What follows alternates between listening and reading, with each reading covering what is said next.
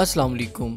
Kidney stones, जिन्हें नेफ्रोलिथाइसिस या यूरोलिथाइसिस भी कहा जाता है, हमारी किडनीज में मुख्तलिफ मिनरल्स और साल्ट्स के जमा होने से पैदा होते हैं। हमारी किडनीज ब्लड से वेस्ट और एक्स्ट्रा मिनरल्स फिल्टर करते हैं। ये मिनरल्स और वेस्ट फिर हमारे यूरिन के थ्रू बॉडी से रिलीज हो जाते हैं।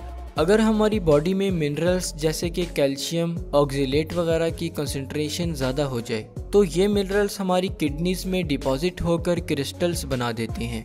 ये क्रिस्टल्स आपस में कंबाइन होकर हार्ड और टफ स्ट्रक्चर बना देते हैं, जिसे किडनी स्टोन कहा जाता है। Types of kidney stones. Kidney stones 4 types के होते हैं, जिनमें calcium stones, uric acid stones, infection stones और सिस्टीन स्टोन्स शामिल हैं।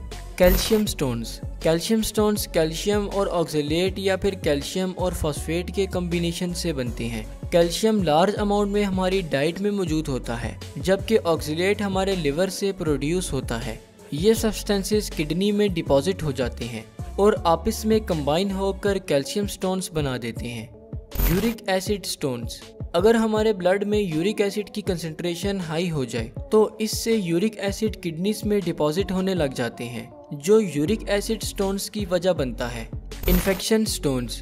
अगर हमारे यूरिनरी ट्रैक में बैक्टीरियल इन्फेक्शन हो जाए तो बैक्टीरिया एसिडिक यूरिन को बेसिक में कन्वर्ट कर देता है, जो कि मैग्नीशियम अमोनियम फॉस्फेट स्टोन्स की वजह बनते हैं, जिन्हें स्टोराइड स्टोन्स भी कहा जाता है। Cysteine stones. सिस्टीन स्टोन्स अक्सर उन लोगों में बनते हैं जिन्हें रेयर हेरिडिटरी कंडीशंस हों, जिसे सिस्टीनूरिया भी कहा जाता है।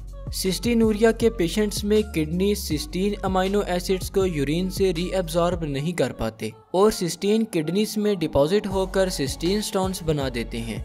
ऐसे लोग जिन्हें सिस्टीनूरिया हो, उनकी किडनीज में सिस्टीन की डिपोजिशन पैदाइश से ही शुरू हो जाती है। Causes of kidney stones. Kidney stones की कोई एक स्पेसिफिक कॉज नहीं है, अलबत्ता कुछ रिस्क फैक्टर्स जो किडनी स्टोन्स की वजह बनते हैं। उनमें डिहाइड्रेशन यानी कि बॉडी में वाटर की कमी हो जाना।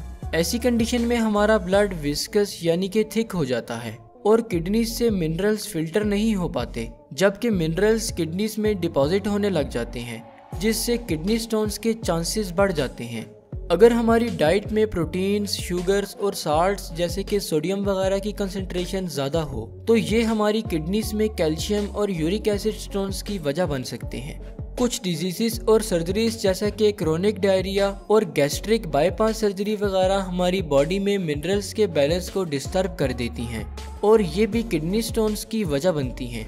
इसी तरह कुछ मेडिसिन्स जैसा कि कैल्शियम बेस्ड एंटासिड्स और विटामिन सी और विटामिन डी वगैरह, जो माइग्रेन जैसी कंडीशन को ट्रीट करने के लिए प्रिस्क्राइब की जाती हैं, ये मेडिसिन्स भी किडनी स्टोन्स की वजह बन सकती हैं। सिम्टम्स। अगर किडनी स्टोन्स यूरेटर में फंस जाए तो इससे हमारे एब्डोमेन, बैक और साइड्स पर सवेयर और शार्प पेन शुरू हो जाता है। डायग्नोसिस। किडनी स्टोन्स को ज़्यादातर ब्लड और यूरिन टेस्ट के थ्रू डायग्नोस किया जाता है और किडनी स्टोन्स की एनालिसिस से ये पता किया जा सकता है कि कौन से मिनरल स्टोन फॉर्मेशन कर रहे हैं।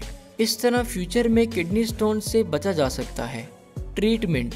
स्मॉल किडनी स्टोन्स को ज़्यादा पानी पीकर, पेन किलर्स लेकर और यूरेटर मसल्स को डायलेट करने वाली मेडिकेशंस के ज़रिए से ट्रीट किया जाता है, जबकि लार्ज किडनी स्टोन्स जो यूरेटर से पास नहीं हो सकते उन्हें सर्जिकली रिमूव किया जाता है। कुछ सर्जिकल प्रोसीजर्स जिनसे किडनी स्टोन्स को रिमूव किया जाता है उनमें extracorporeal shock wave lithotripsy, nephrolithotomy, ureteroscopy और पैराथायरॉयड ग्लैंड सर्जरी शामिल हैं। हम अपनी आने वाली वीडियोस में हर सर्जरी को डिटेल में डिस्क्राइब करेंगे। अगर आपको इस वीडियो को लेकर कोई भी सवाल हो या फिर आप हमें कोई टॉपिक सजेस्ट करना चाहते हो तो आप हमें हमारे फेसबुक पेज के थ्रू रीच आउट कर सकते हैं, जिसका लिंक आपको वीडियो के डिस्क्रिप्शन में मिल जाएगा। शुक्रिया। अल्लाह हाफिज़।